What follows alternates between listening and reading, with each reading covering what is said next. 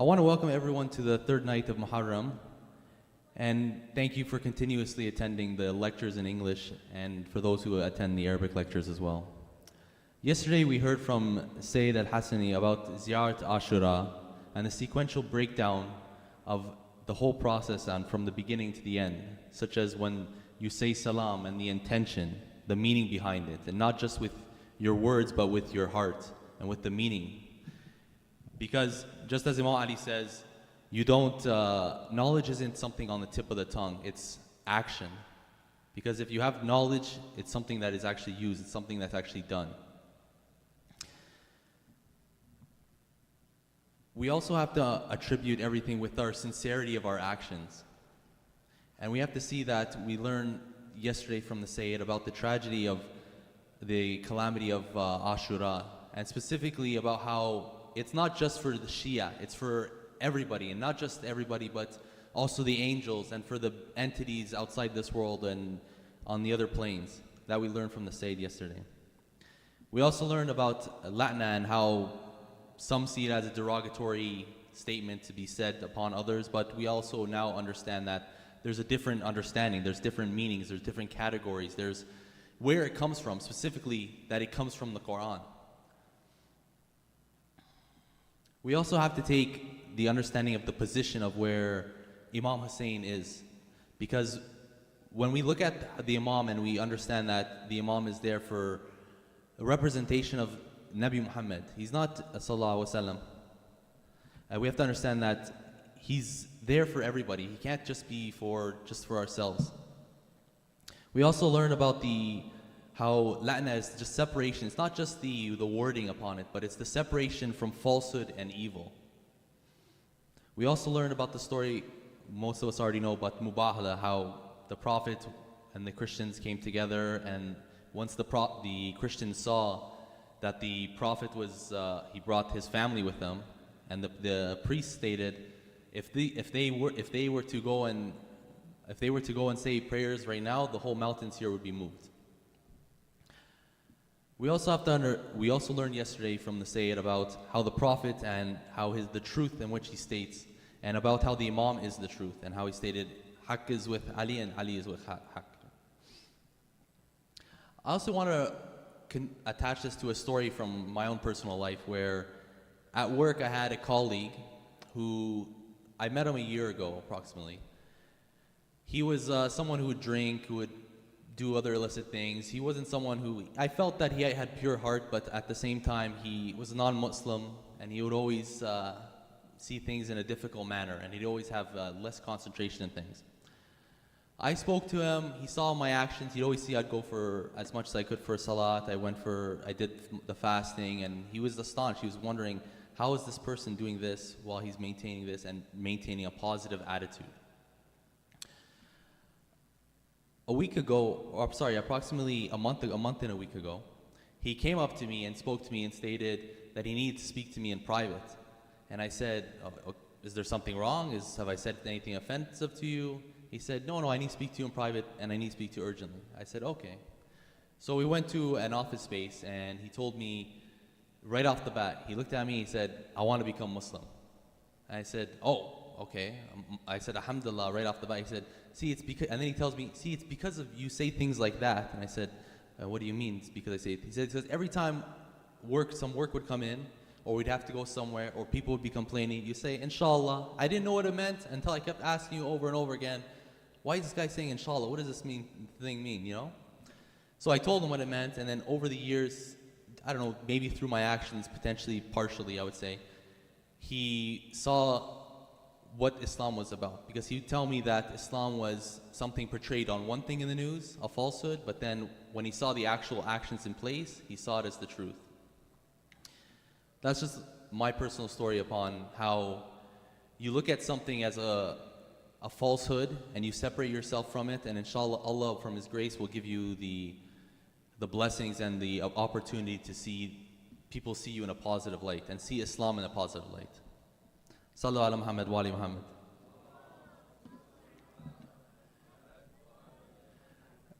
With your loudest salawat, can you please welcome the reciter for the Quran?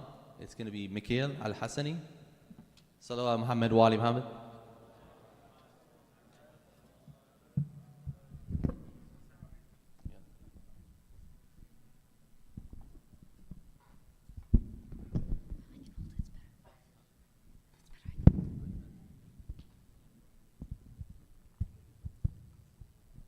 أفلح من صلى على محمد وآل محمد.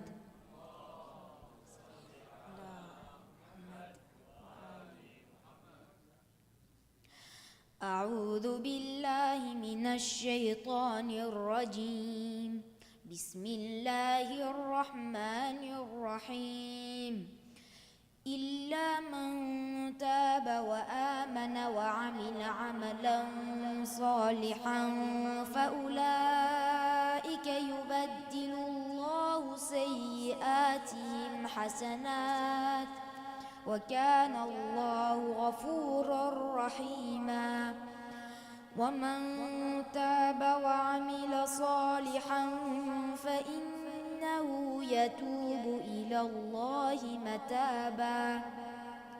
والذين لا يشهدون الزور وإذا مروا باللغو مروا كراما. والذين إذا ذكروا بآيات ربهم لم يخروا عليها صما وعميانا. والذين يقولون ربنا هب لنا من أزواجنا وذرياتنا قرة أعين واجعلنا للمتقين إماما. أولئك يجزون الغرفة بما صبروا ويلقون فيها تحية وسلاما خالدين فيها حسنت مستقرا ومقاما. قل ما يعبأ بكم ربي لولا دعاؤكم فقد كذبتم فسوف يكون لزاما. صدق الله العلي العظيم. أفلح من صلى على محمد وآل محمد.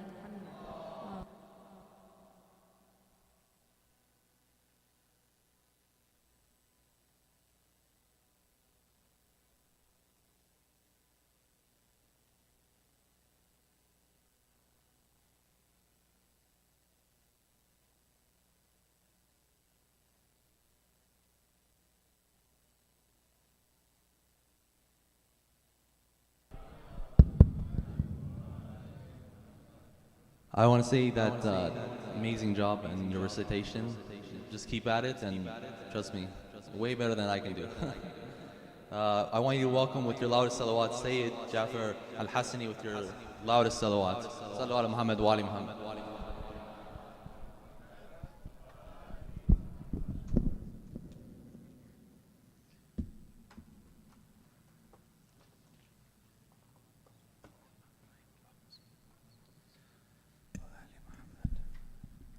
أعوذ بالله من الشيطان الرجيم. بسم الله الرحمن الرحيم. In the name of God, most merciful, ever merciful, and may God's peace and blessings be upon His holy Prophet Muhammad and the purified members of his household and progeny. Allahumma salli ala Muhammad wa ali Muhammad wa ajil farajah. Assalamu alayka ya Aba Abdullah wa ala al-arwah allati hallat bithina'ik. عليكم مني جميعا سلام الله أبدا ما بقيت وبقي الليل والنهار ولا جعله الله آخر العهد مني لزيارتكم. السلام على الحسين وعلى علي بن الحسين وعلى أولاد الحسين وعلى أصحاب الحسين. Respected sisters, dear brothers, السلام عليكم جميعا ورحمة الله وبركاته. We began discussing the theme of being able to distinguish between truth and falsehood in the world. Today, one of the sources of truth, as we are told in the world, is none other than science. The lecture today has to do with assessing the claim that science is providing truth. Of course, the topic would require a much lengthier discussion.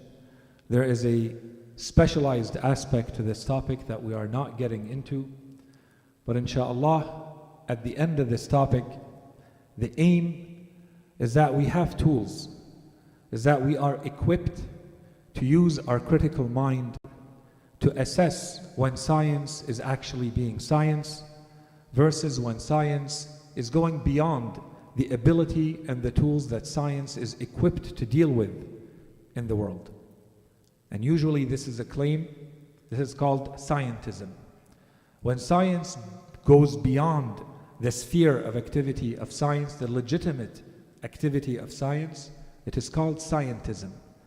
It reaches or overreaches beyond what it is equipped to do.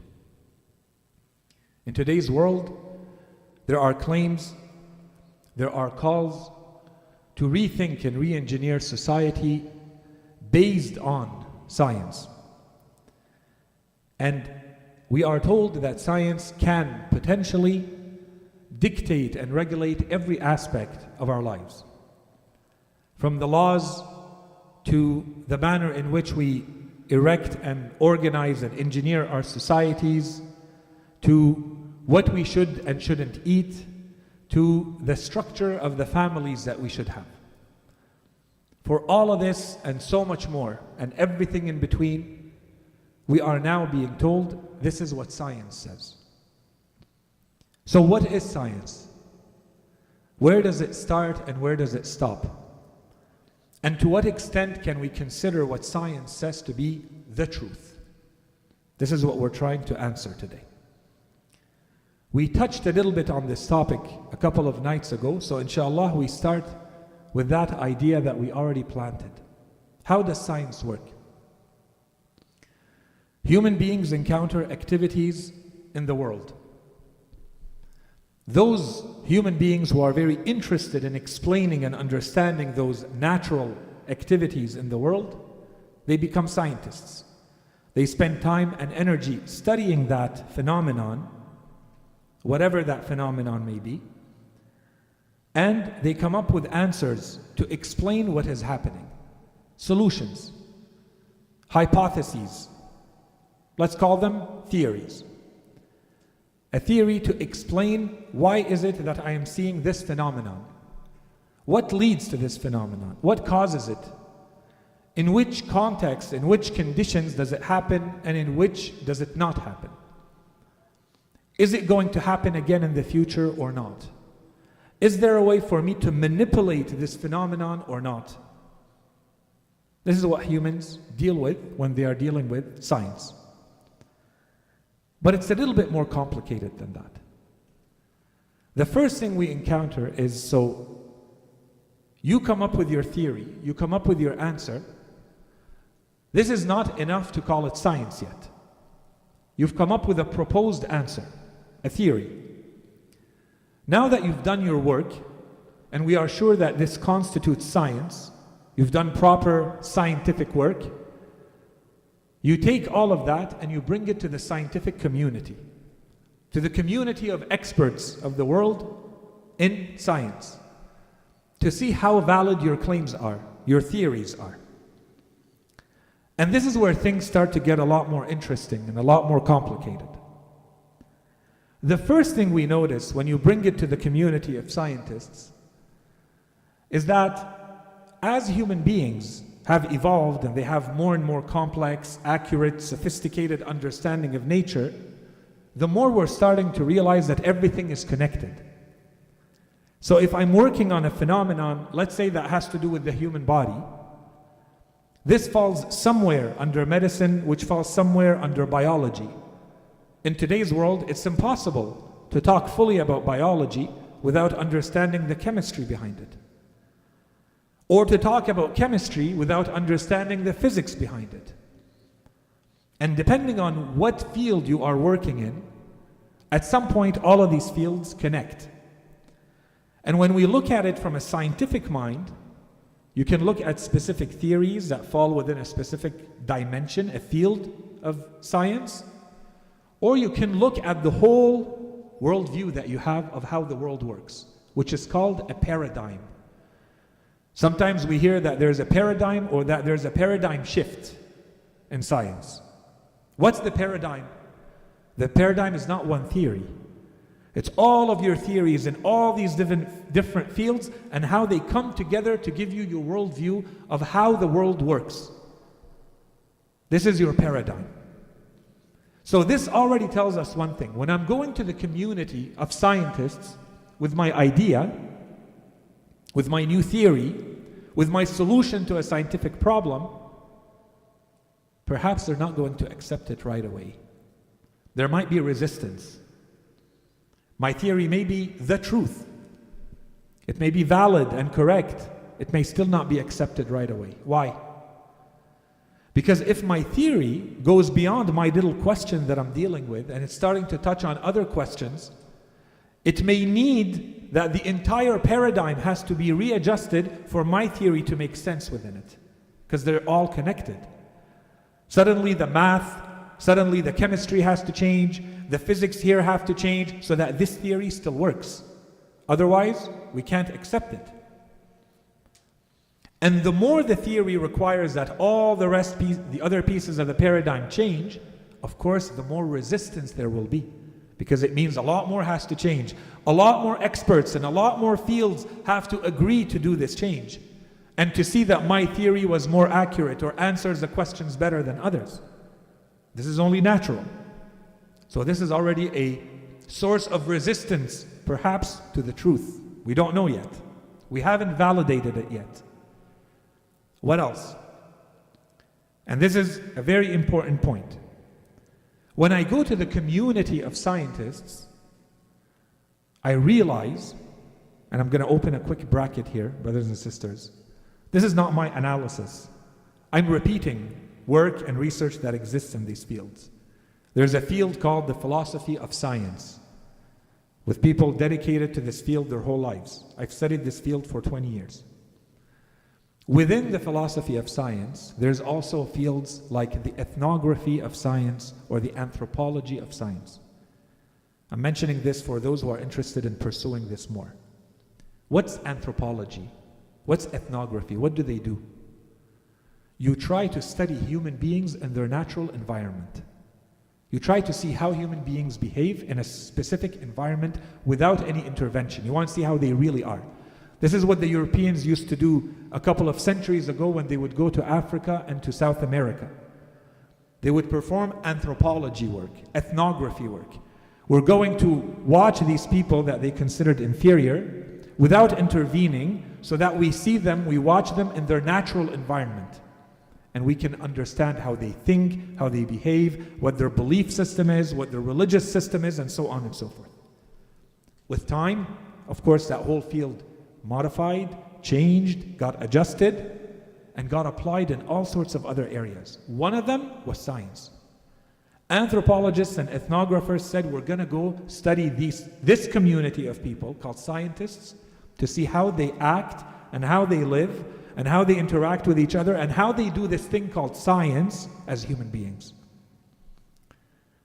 And this is a huge reminder for us that this thing called science actually doesn't exist in the outside world. There is no science in the outside world. What there is in the outside world are scientists.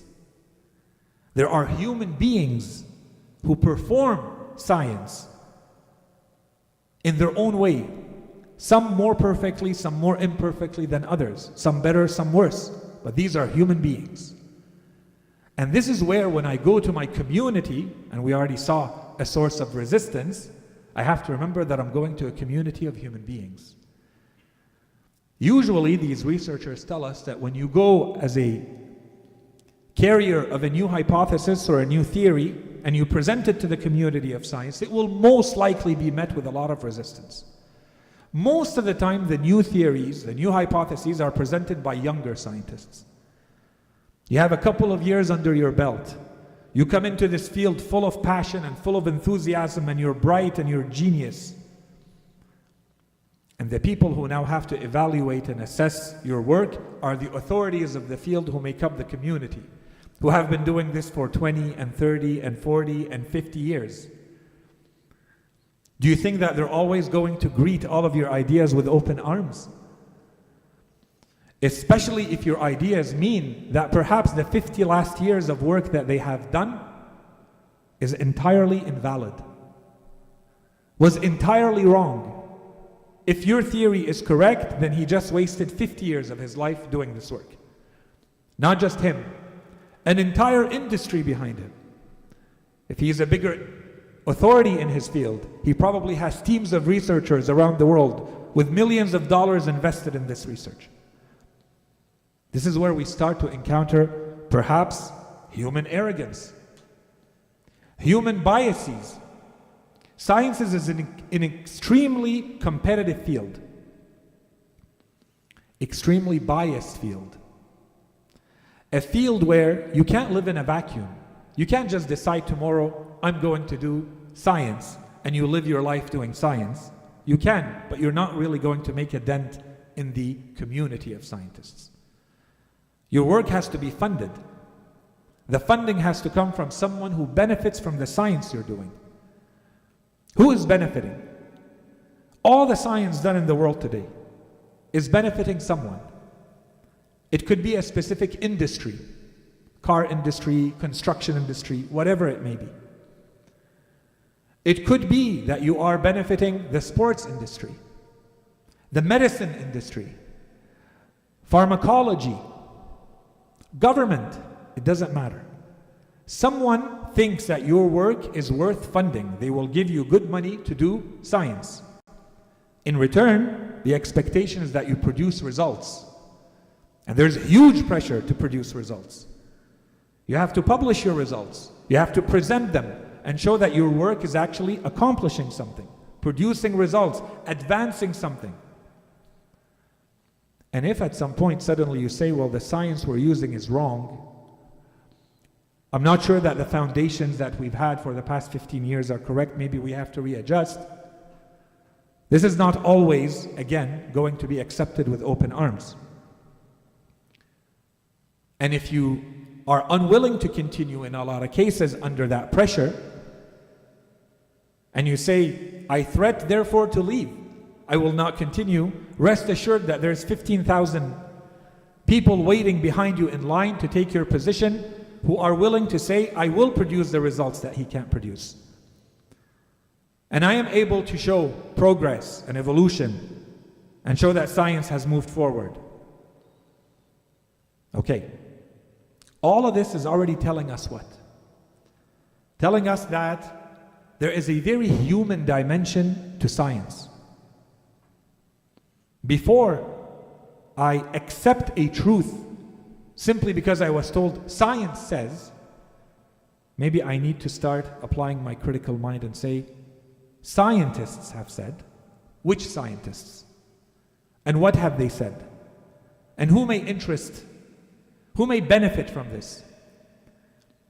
And to remember that there's a human dimension to all of this.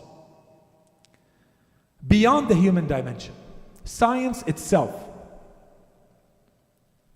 how does it work? We said that I come to the world with an explanation of a natural phenomenon. So let's take a phenomenon that we already mentioned a couple of nights ago. We gave an example about gravity. Let's take that as an example. Today, the majority of us have heard about gravity. We're supposed to know what gravity is, each according to our own level of understanding our studies. Has humanity always accepted our understanding of gravity? No. Let's go back 2,000 years. A little bit over 2,000 years, we encounter a man that pretty much anyone who has studied human history and the evolution of human thought has said about this man that he is perhaps one of the greatest minds that has ever existed on earth as a human being. Aristotle. Did Aristotle believe in gravity? No. What did he believe in? He also has a full theory of how the world works, by the way. Aristotle's an incredible mind. He looked at everything and he gave theories to it. And they're very consistent, those theories. They make sense together, they're coherent. They hold each other in perfect balance. Aristotle said the universe has a center. The center of the universe is Earth. And Earth is spherical or circular because that's a perfect shape. And the circle has a center. And his theory is the theory of the natural positions of things, or the natural movement of things. He says that everything moves towards its natural position. And what is the natural position of things? The center. That's his theory. So if I take something and I leave it in the air, he tells me it will move to the center of the universe, to the center of the earth.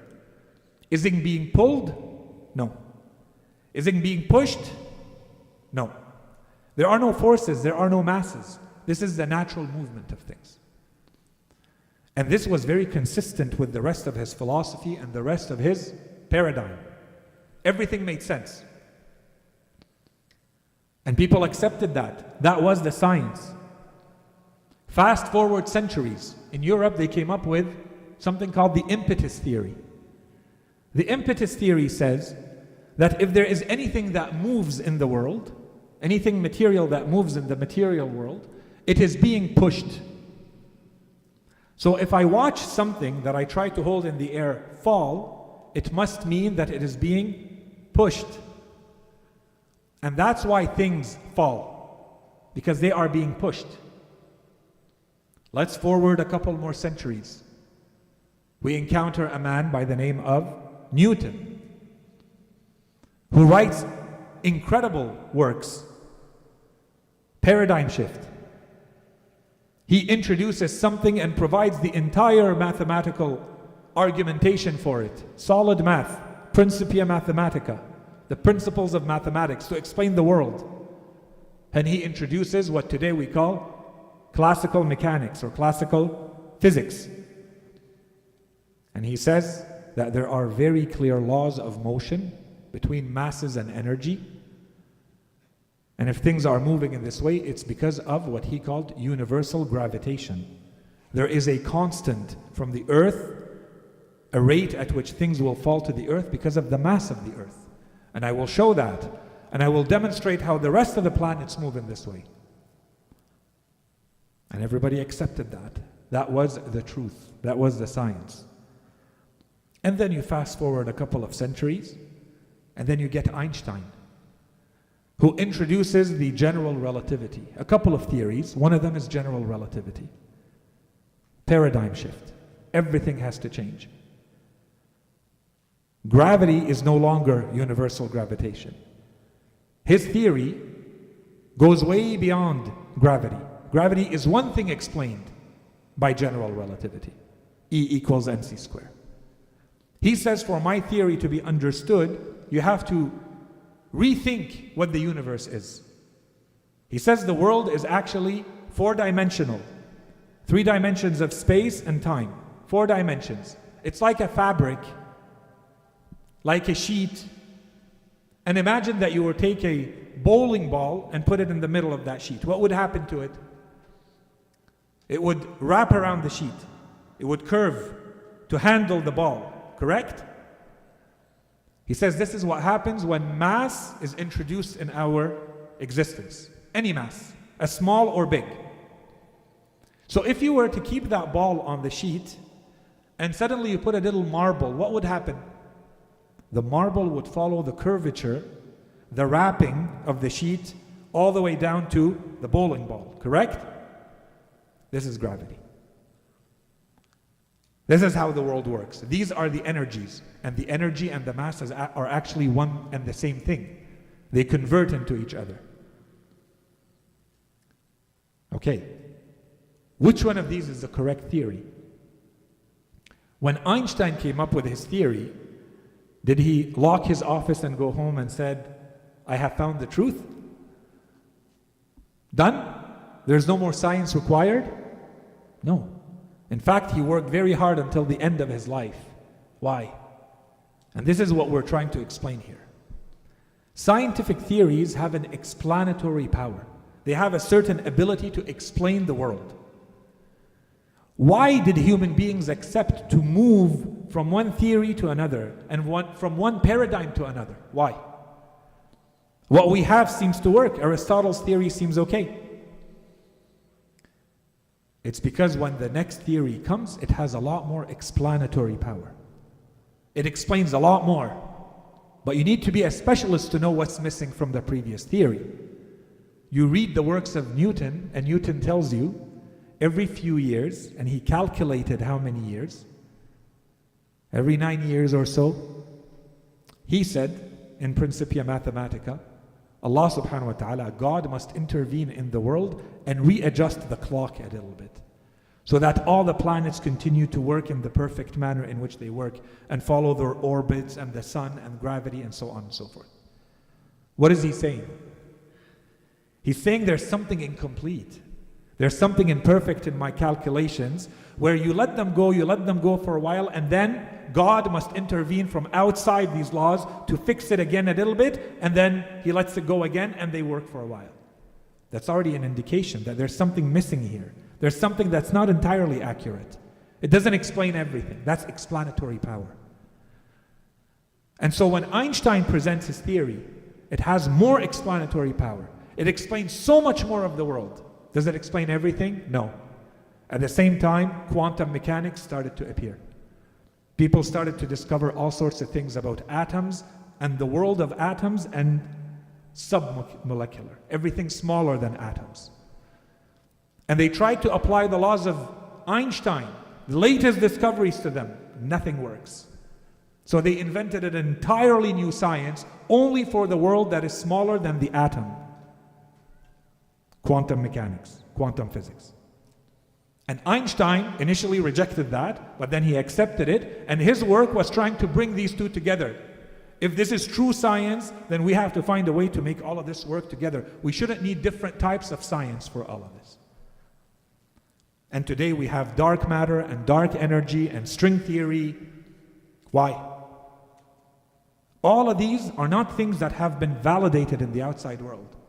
All of these are things that were added to make sense of the science, because there are things that are imperfect in the science. So we keep coming up with theories, notions, numbers, ideas, adding dimensions to the universe so that the math still makes sense, so that the science still makes sense. Again, why are we talking about all of this?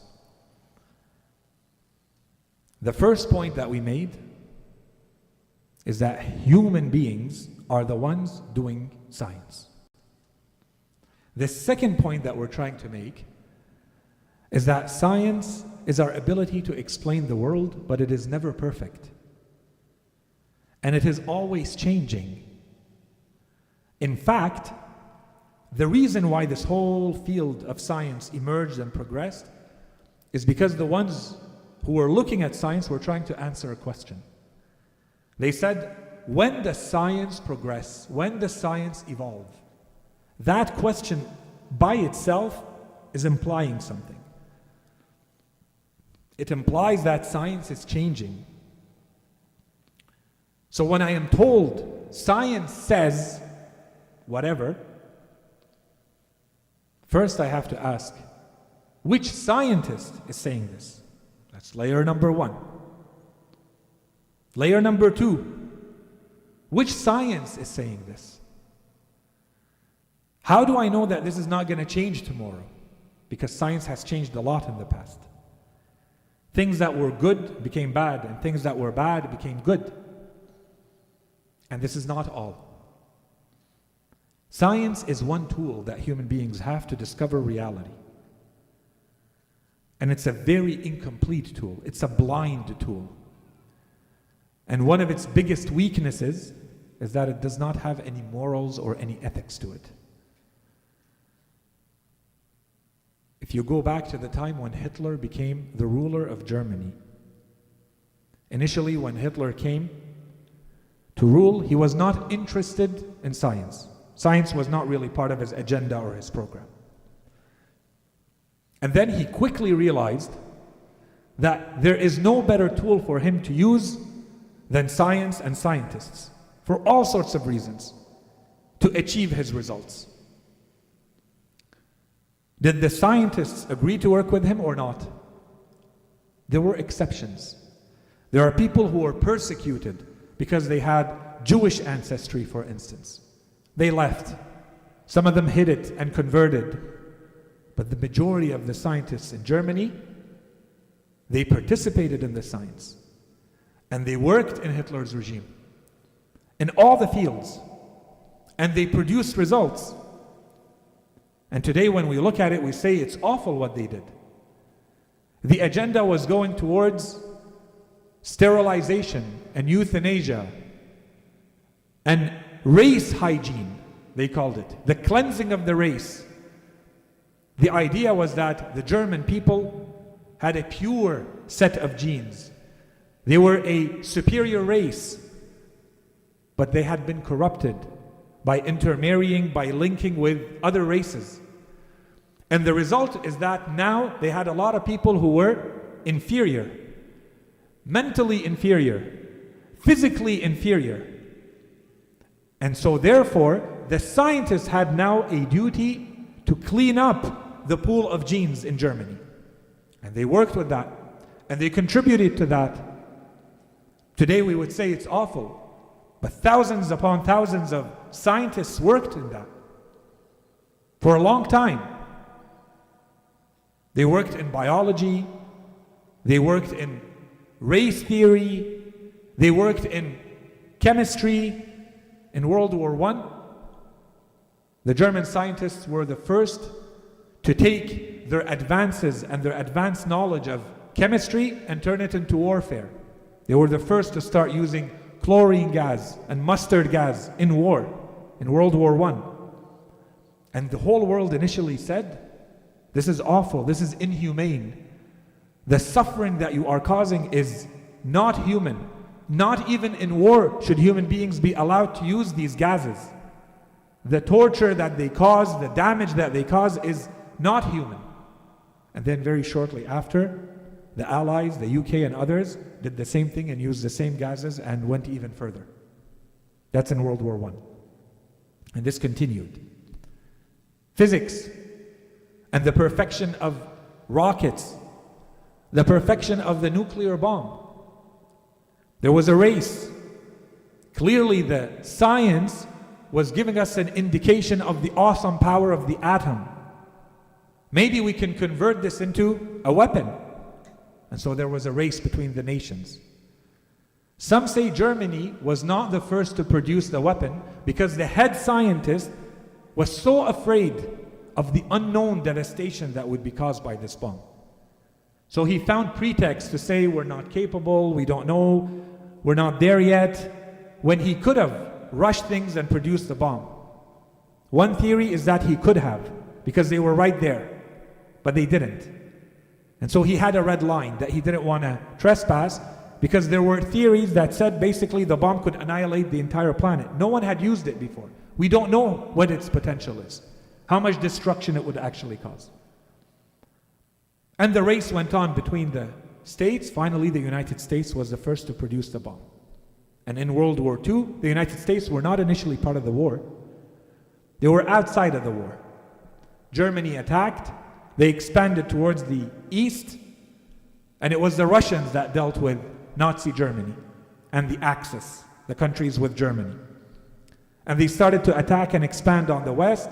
And the UK and France and others had to deal with that. And the United States is across the ocean away from that. Not a participant, not an active participant in World War II. But the Axis, the countries with Germany, suddenly attacked the interests of the United States through Japan. Japan took the United States by surprise in 1941, and they attacked a naval base in Hawaii called Pearl Harbor. And they destroyed it, and they killed many of their soldiers. And the United States was not going to let that go by without retaliation. And this was an open declaration of war against the United States from Japan. and from the Axis. And so this is the United States entering into World War II. 1941. This goes back and forth. It's now full-fledged war. The United States during this time develops their nuclear weapon. The nuclear bomb is now ready. There's an internal discussion, there's an internal debate. Do we use this nuclear bomb or not? The nuclear bomb was supposed to be a deterrent mainly, meaning that it's effective not because I actually use it, it's effective because others are afraid that I may use it. And so they will not dare attack and they will not dare threaten because they know the awesome power of devastation that I hold if I wanted to use it, but I don't actually intend on using it. But then the discussion went back and forth, and finally they justified it. They said that this is a war that will go on forever. It's lasting too long. We need to put a quick end to this war. 1. 2. Maybe by doing this, not only is it going to make Japan and others surrender, but it will also be a deterrent to all others. That it will put an end to all wars, because no one will dare attack us once they see the awesome devastation that this can cause. So retaliation and deterrence. And then finally, we're saving lives. Instead of sending thousands, tens of thousands of soldiers to their death to fight these wars, we can just put an end to it in one shot. And so the justification became, we can use our advanced knowledge and our advanced science to the greater good. And so they dropped the first bomb. It was called Little Boy. August 6, 1945, on Hiroshima in Japan. And they dropped the second bomb August 9th, 1945, 3 days later, called Fat Man. And those were the 2 nuclear bombs that were ever dropped in human history. And those they triggered the end of World War II. It's true, but they changed the world forever. And again, the idea here is not to talk about history or the history of the United States or World War II or any of that. We're talking about science. We're talking about the evolution and the progress of science. Today, when someone tells you science says, and therefore we must do what science says, inshallah, today I gave you tools and equipped you with arguments to use your critical mind. Science is done by human beings, by scientists. It's not as objective and impersonal as we might want it to be. 1. Science is imperfect and it's always evolving and always becoming better. Which means, and this is a very important lesson, that you have to have things that are universal and that don't change. The science will change. It's a guarantee that it will change. Where are your universals? What is it that does not change with you? Where do you draw the line? Where do you take your ethics from? The ethics should not change. Where do you draw your morality from? Your morality should not change. The world can change as much as it wants. Morals don't change. Your identity does not change. And science lacks ethics and morals. It's not that science is immoral. Science is just a blind tool. You can do whatever you want with it. And so if today they say science says, if you notice that there's an ethical or moral dimension to it, you know that you are no longer in science. Science can look at empirical data, can look at the natural world and describe it, and that's it. That's what we use science for. The rest comes from out of science. And this has always been the case. We go back to the time of Imam Al-Hasany alayhi salam. The science that he was fighting in his time was not natural science. It was religious science. For a while, the science was now saying, the religious science was saying, that if you are associating yourself with Ali and the followers of Ali, that you are a danger and a threat that needs to be removed from society. Right before Imam Al-Hussein alayhi salam, The Umayyad were employing the greatest judges, the greatest narrators, the scholars of religion for their own purposes. We have talked about a man in the past by the name of Shuraih al-Qadi. Shuraih was a judge, a knowledgeable judge, a competent judge. He knew fiqh. When Imam Ali had become Khalifa, he kept him as a judge. All you needed to do with Shuraih, he had a weakness. All you needed to do was to put an envelope of money in front of him. All you needed to do was to bribe him a little. You bribe him, he will say whatever you need, despite all that knowledge that he carries, all that expertise that he carries. And that's how you saw people like Hijr ibn Adi. He writes an edict, a ruling, that this is a man that has to be executed. People that were executed all the way leading to, and that was one of the reasons that Imam Hussein gives for rising against Yazid. These righteous people, the greatest worshippers, the companions of the Holy Prophet, well-known people, for their whole lives, being eliminated one after the other in masses by the Bani Umayyah. So Imam al-Hussein alayhi salam rises against this and tries to fight this. He goes to the grave of the Holy Prophet, as we said, in Medina al-Munawwara. He talks to the Holy Prophet. He cries at the grave of the Holy Prophet and he tells him, O Messenger of God, my grandfather, this is your son Hussein and the son of your daughter Fatima. And he has a complaint to make to the Holy Prophet. He tells the Holy Prophet, I want to complain about the nation you have left me in charge of. They have called us and they have betrayed us, Imam al-Hussein alayhi salam says. This is still in Medina. The Imam has not left Medina, then he goes to Mecca, then he travels all the way to Karbala. The Imam is already announcing. He tells the Holy Prophet, they have called us and they have betrayed us. And then he tells the Holy Prophet, I want you to be the witness. I want you to bear witness that I'm going to make this complaint to you, that they have not observed the right I have over them.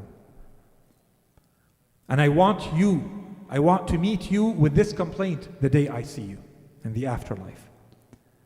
Imam al-Hussein alayhi salam bids his family members and others farewell. The toughest farewell to the Imam was the Holy Prophet's grave. But another difficult farewell of the Imam was his brother, Muhammad, the son of Imam Ali alayhi salam, that we refer to as Muhammad ibn al-Hanafiyyah. He had talked to the Imam, he had begged the Imam not to leave Mecca, not to leave Medina. And if to leave, to go somewhere away where Yazid cannot reach him. And the Imam goes back and forth with him. He thanks him for his sincere advice. And he tells him, I've made up my mind. I am leaving and my companions are in agreement with me. And we are leaving together. Muhammad ibn al-Hanafiyyah, historians say, was crying at that time. He tells Imam al-Hussein alayhi salam, then why are you taking the woman and the children with you? Imam al-Hussein alayhi salam tells him, first, I saw my grandfather, the Holy Prophet, in my dream, and he tells me, Hussein, my son, rush to us. Come quickly to your mission. Don't delay, don't postpone, don't rethink. Come quickly to your mission. And Allah subhanahu wa ta'ala wants to see me martyred. This is the destiny. And Allah subhanahu wa ta'ala wants to see them captives. Sayyidah Zainab alayhi salam was watching this back and forth between her two brothers, Muhammad ibn al-Hanafiyyah and Imam al-Hussein alayhi salam. She came to her brother, Muhammad ibn al-Hanafiyyah, and she told him, Muhammad, what are you saying? My brother, what are you saying? Are you trying to convince Imam al-Hussein that I can't go with him? To keep me away from Hussein? I swear that my foot will be on the foot where Imam al-Hussein puts his foot. And my hand will remain in the hand of Imam al-Hussein. So that wherever he rests, I will be at rest with him. And wherever he travels, I will be traveling with him until the very end. Assalamu alayka ya Aba Abdullah.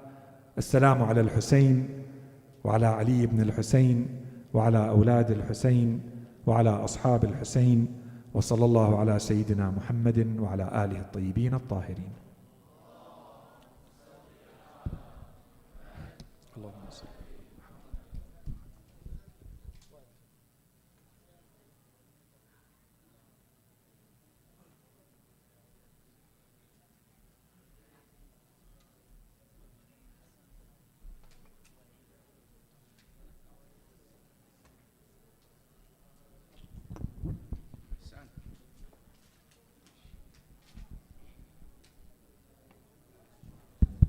حج يوسف أو الحج وسام، تفضلوا. أذان.